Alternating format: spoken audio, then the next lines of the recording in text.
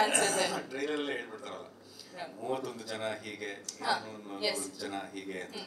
So ಅದ್ರ ಹಿನ್ನೆಲೆಯಲ್ಲಿ ಬರುವಂತ ಒಂದು ಸಣ್ಣ ಕಥಾನಂದ್ರ. ಅದ್ರ ಬಗ್ಗೆ ಒಂದು ವಿಶೇಷತೆ ಅಂತ ಹೇಳೋದಕ್ಕೆ ಇಷ್ಟಪಡೋದಿಲ್ಲ, ಒಂದು ಕ್ಯೂರಿಯಾಸಿಟಿ, ಒಂದು ಸಣ್ಣ ಕ್ಯೂರಿಯಾಸಿಟಿ ಬರಲಿ ಜನರಿಗೆ. ಆದ್ರೆ ಆ ಕ್ಯೂರಿಯಾಸಿಟಿನ ಅವ್ರಿಗೆ ಬಿಟ್ಬಿಟ್ರೆ ಏನಾಗುತ್ತೆ, ಅವ್ರದೇ ಒಂದು ಕತೆ ಕೊಟ್ಟರು ಅಂತ ಥಿಯೇಟರ್ ಬರ್ತಾರೆ. ಸೊ ಅವ್ರ ಕತೆ ಥಿಯೇಟರ್ ಇಲ್ಲದೆ ಇದ್ದಾಗ ಅವ್ರಿಗೆ ಡಿಸಪಾಯಿಂಟ್ ಆಗುತ್ತೆ. ಹಾಗಾಗಿ ಟ್ರೈಲರ್ ಅಲ್ಲಿ ಒಂದು ಸಣ್ಣ ಹಿಂಟ್ ಕೊಟ್ಟಿದೀವಿ, ಇದ್ರ ಬಗ್ಗೆ ಇರೋದು ಕತೆ ಅಂತೇಳಿ. ಹಾಗಾಗಿ ಒಂದು ಸಸ್ಪೆನ್ಸ್ ಥ್ರಿಲ್ಲರ್, ಒಂದು ಆಕ್ಷನ್ ಥ್ರಿಲ್ಲರ್, ಇದ್ರ ಜೊತೆಗೆ ನಾನು ಇದನ್ನು ಪ್ರತ್ಯೇಕವಾಗಿ ಆಕ್ಷನ್ ಥ್ರಿಲ್ಲರ್ ಅಥವಾ ಸಸ್ಪೆನ್ಸ್ ಥ್ರಿಲ್ಲರ್ ಅಂತಾನೆ ಹೇಳಕ್ ಇಷ್ಟಪಡ್ತೀನಿ. ಅದರಲ್ಲಿ ಹಲವಾರು ರಸಗಳಿರ್ಬೋದು, ಅಂದ್ರೆ ರೊಮ್ಯಾನ್ಸ್ ಇರುತ್ತೆ, ಆಮೇಲೆ ಹ್ಯೂಮರ್ ಇರುತ್ತೆ, ಫಿಯರ್ ಇರುತ್ತೆ, ಇವೆಲ್ಲವೂ ಇದೆ. ಆದ್ರೆ ಒಂದು ನಮ್ಮ ಸಿನಿಮಾ ಇರೋದೇ ಈ ತರ ಅಂತ ಹೇಳಿದಾಗ ಅದನ್ನ ಮನಸ್ಸಲ್ಲಿ ಇಟ್ಕೊಂಡು ಒಳಗೆ ಬರಬೇಕು, ಅವ್ರಿಗೊಂದು ಇನ್ವಿಟೇಷನ್ ಕೊಡಬೇಕು ನಾವು ಅನ್ನೋ ಕಾರಣಕ್ಕೆ ಈ ಸಿನಿಮಾದ ಫಸ್ಟ್ ಪೋಸ್ಟರ್ ಇಂದ ಹಿಡಿದು ಟೀಸರ್ ಇಂದ ಹಿಡಿದು ನಾವು ಹೀಗೆ ಅದನ್ನ ಪ್ಯಾಕೇಜ್ ಮಾಡಬೇಕು ಅಂತ ಪ್ಲಾನ್ ಮಾಡ್ಕೊಂಡ್ವಿ. ಅದಕ್ಕೆ ಮುಖ್ಯ ಕಾರಣ ಒಂದು, ನನಗೆ ಅವಕಾಶ ಕೊಟ್ಟಂತ ನಿರ್ದೇಶಕರು ವಿಜಯ್ ಸರ್, ನಿರ್ಮಾಪಕರು ರಾಘವೇಂದ್ರ ಸರ್. ನಾವು ತಮಾಷೆ ಹಾಗೆ ಮಾಡ್ಕೊತಿರ್ತೀವಿ, ಅಲ್ಲಿ ವಿಜಯ್ ಇದ್ದಾರೆ, ರಾಘವೇಂದ್ರ ಇದ್ದಾರೆ, ವಿಜಯ ರಾಘವೇಂದ್ರ. ಸೊ ಕೆಲಸ ಮಾಡ್ತಿದೀವಿ, ಏನೋ ಸುಮ್ಮನೆ ನಮ್ಮ ಖುಷಿಗೆ ಹೇಳ್ಕೊಳ್ಳೋದಷ್ಟೇ. ಎಲ್ಲೋ ಒಂದ್ ಕಡೆ ದೇವ್ರು ಇದಾನೆ, ಕೈ ಹಿಡಿದು ನಡೆಸ್ತಾ ಇದ್ದಾರೆ ಅನ್ನೋ ಒಂದೇ ಒಂದು ದೃಷ್ಟಿಯಿಂದ. ಜೊತೆಗೆ ಒಂದು ರೀತಿ ಬಹಳ ಗಟ್ಟಿಯಾಗಿ ಬೆನ್ನೆಲುಬಾಗಿ ನಿಂತಿರೋದು ಸುಮನ್ ಅವರು. ಸಿನಿಮಾಟೋಗ್ರಫರ್, ಹಾಡನ್ನು ಕೂಡ ರಘು ಅವರು ಹಾಡಿದ್ದಾರೆ. ಇನ್ನು ಅವಿನಾಶ್ ಸರ್, ನನಗೆ ತುಂಬಾನೇ ಅದೇನೋ ನಿಷ್ಠುರವಾಗಿ ಹೇಳ್ಕೊತೀನೋ ಅಥವಾ ಬಹಳ ಓಪನ್ ಆಗಿ ಹೇಳ್ಕೊತೀನೋ ಗೊತ್ತಿಲ್ಲ, ಈ ತರ ಒಂದು ಸಿನಿಮಾ ತಂಡ ಸಿಕ್ಕಿ ಈ ತರ ಒಂದು ಒಳ್ಳೆ ಹಾಡನ್ನ ನಾವು ನೋಡಿ ಅದನ್ನ ಕೇಳಿ ವರ್ಷಗಳೇ ಆಗೋಗಿದೆ. ಮುಂಚೆ ನಾನು ಮಾಡ್ತಿದ್ದ ಸಿನಿಮಾಗಳಲ್ಲಿ ಹಾಡುಗಳು ಡೆಫಿನೆಟ್ಲಿ ಚೆನ್ನಾಗಿರ್ತಾ ಇತ್ತು. ಅಂದ್ರೆ ಇವಾಗ ಯಾರು ಹೇಳಿದಾಗ ಸರ್ ನಿಮ್ಮ ಖುಷಿ ಹಾಡು ಚೆನ್ನಾಗಿತ್ತು, ನಿಮ್ಮ ಸೇವಂತಿ ಹಾಡು ಚೆನ್ನಾಗಿತ್ತು, ನಿಮ್ಮ ನಿನಗಾಗಿ ಹಾಡು ಚೆನ್ನಾಗಿತ್ತು ಅಂದ್ರೆ ಎಲ್ಲೋ ಇತ್ತು, ಅದು ಆ ಟೈಮ್ ಎಲ್ಲೋ ಇತ್ತು ಅಂತ ಯೋಚನೆ ಮಾಡ್ತಾ ಇರ್ತೀನಿ. ಸೊ ಆ ತರ ಒಂದು ಕಾಲವನ್ನು, ಆ ತರ ಒಂದು ಅನುಭವನ ನನಗೆ ಜೋಗ್ ಸಿನಿಮಾ ಮುಖಾಂತರ ಕೊಟ್ಟಿದ್ದಾರೆ ಅಂತ ಹೇಳಿದ್ರೆ ಅದು ತಪ್ಪಾಗೋದಿಲ್ಲ.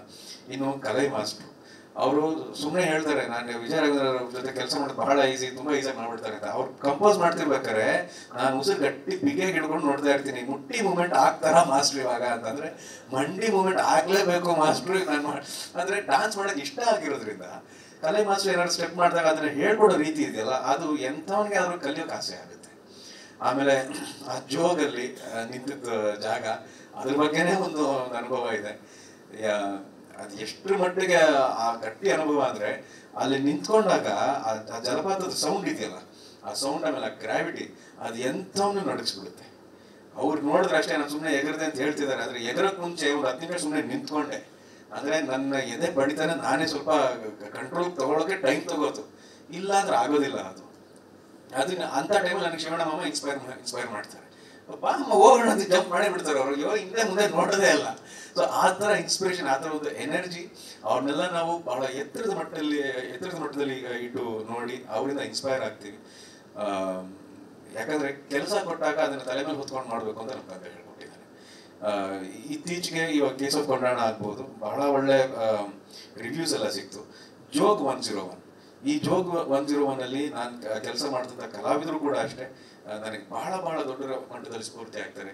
ತೇಜು ಅವರಿದ್ದಾರೆ, ರಾಜೇಶ್ ನಟರಂಗ ಸರ್ ಇದ್ದಾರೆ, ಈಗ ನಮ್ಮ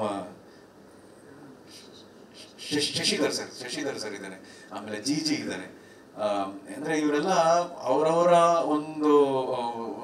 ಅವರವರ ಏನ್ ಡಿಪಾರ್ಟ್ಮೆಂಟ್ ಏನಿದೆ ಅಥವಾ ಅವರ ಒಂದು ಅನುಭವದಲ್ಲಿ ಏನಿದೆ ಬಹಳ ದೊಡ್ಡ ಮಟ್ಟದಲ್ಲಿ ಬಹಳ ಒಳ್ಳೆ ಕೆಲಸ ಮಾಡಿದ್ದಾರೆ. ಅವ್ರ ಜೊತೆ ಕೆಲಸ ಮಾಡ್ಬೇಕಾದ್ರೆ ನಾವು ಒಬ್ಬ ಸ್ಟೂಡೆಂಟ್ ಆಗೇ ಕೆಲಸ ಮಾಡಬೇಕು, ಆವಾಗಲೇ ನಾವು ಮಾಡೋ ಕೆಲಸಕ್ಕೊಂದು ಸಾರ್ಥಕತೆ ನಮಗೆ ಸಿಗುತ್ತೆ. ಸಿನಿಮಾ ನೋಡಿದಾಗ ಇದ್ರಲ್ಲಿ ಕಷ್ಟಪಟ್ಟಿದ್ದಾರೆ ಅಂತ ಅನ್ಸುತ್ತೆ. ಸುನೀಲ್ ಸರ್ ಹೇಳ್ತಾ ಇದ್ರು ನಾವೆಲ್ಲ ಕಷ್ಟಪಟ್ಟು ಸಿನಿಮಾ ಮಾಡ್ತೀವಿ ಅಂತ. ನನಗೆ ಆ ಕಷ್ಟಪಟ್ಟು ಸಿನಿಮಾ ಮಾಡಿದೀವಿ ಅಂತ ಹೇಳ್ಕೊಳ್ಳೋದಕ್ಕೆ ಇವಾಗ ಒಂದು ಸ್ವಲ್ಪ ಭಯ ಬರುತ್ತೆ, ಮುಜುಗರ ಬರುತ್ತೆ. ಯಾಕಂದ್ರೆ ಎಲ್ಲಾ ಕಷ್ಟಪಟ್ಟು ಸಿನಿಮಾ ಮಾಡ್ತಿದ್ದಾರೆ, ಎಲ್ಲಾ ಇಷ್ಟಪಟ್ಟು ಸಿನಿಮಾ ಮಾಡ್ತಿದ್ದಾರೆ. ಆಮೇಲೆ ನನ್ಗೆ ಮಾತಾಡೋದಕ್ಕೆ ಹಿಂದೆ ಮುಂದೆ ನೋಡ್ತೀನಿ ಇವಾಗ. ಯಾಕೆಂದ್ರೆ ಮಾತಾಡಿ ಎಲ್ಲಿ ಸಿನಿಮಾ ರಿಸಲ್ಟ್ ಏನ್ ತೋರ್ಸಪ್ಪ ಅಂತ ಕೇಳಿದಾಗ ಒಂದ್ಸಲ ಹಿಂದೆ ತಿರುಗಿ ನೋಡಿದ್ರೆ, ಸ್ವಲ್ಪ ಮಾತು ಕಡಿಮೆ ಮಾಡೋಣ, ಕೆಲಸ ಮಾಡೋಣ, ಸಿನಿಮಾನ ಜನರ ಹತ್ರ ತಗೊಂಡೋಗೋಣ, ಎಷ್ಟು ಸಾಧ್ಯ ಆಗುತ್ತೋ ಅಷ್ಟು ಜನರಿಗೆ ಇದನ್ನು ವಿಸ್ತಾರವಾಗಿ ನಾವು ಇದನ್ನ ತಲುಪಿಸ್ಬೇಕು ಅನ್ನೋ ಉದ್ದೇಶ ಏನಿದೆ ಅದು ನನ್ನ ಮನಸ್ಸಲ್ಲಿ ಬಹಳ ಗಟ್ಟಿಯಾಗಿ ಕೂತ್ಬಿಟ್ಟಿದೆ. ಹಾಗಾಗಿ ಸಿನಿಮಾ ಕಥೆ ಬಗ್ಗೆ ಆಗಲಿ, ಸಿನಿಮಾದ ಹಿನ್ನೆಲೆ ಬಗ್ಗೆ ಆಗಲಿ ನಾನು ಹೆಚ್ಚು ಮಾತಾಡ್ತಿಲ್ಲ, ಬರೀ ನಮ್ಮ ಟೀಮ್ ಬಗ್ಗೆ ಮಾತ್ರ ಮಾತಾಡ್ತಿದ್ದೀನಿ. ಸಿನಿಮಾ ರಿಲೀಸ್ ಆದಮೇಲೆ ಸಿನಿಮಾದಲ್ಲಿರೋ ಹಲವಾರು ಅಂಶಗಳ ಬಗ್ಗೆ ನಾವು ಮಾತಾಡ್ಬೋದು, ಅದರ ಸೀನ್ ಬಗ್ಗೆ ಮಾತಾಡ್ಬೋದು, ಅದರ ಡೈಲಾಗ್ ಬಗ್ಗೆ ಮಾತಾಡ್ಬೋದು, ಯಾಕೆ ಈ ಥರ ಪ್ಲೇಸ್ಮೆಂಟ್ ಕೊಟ್ರಿ ಅನ್ನೋದ್ರ ಬಗ್ಗೆ ಮಾತಾಡ್ಬೋದು.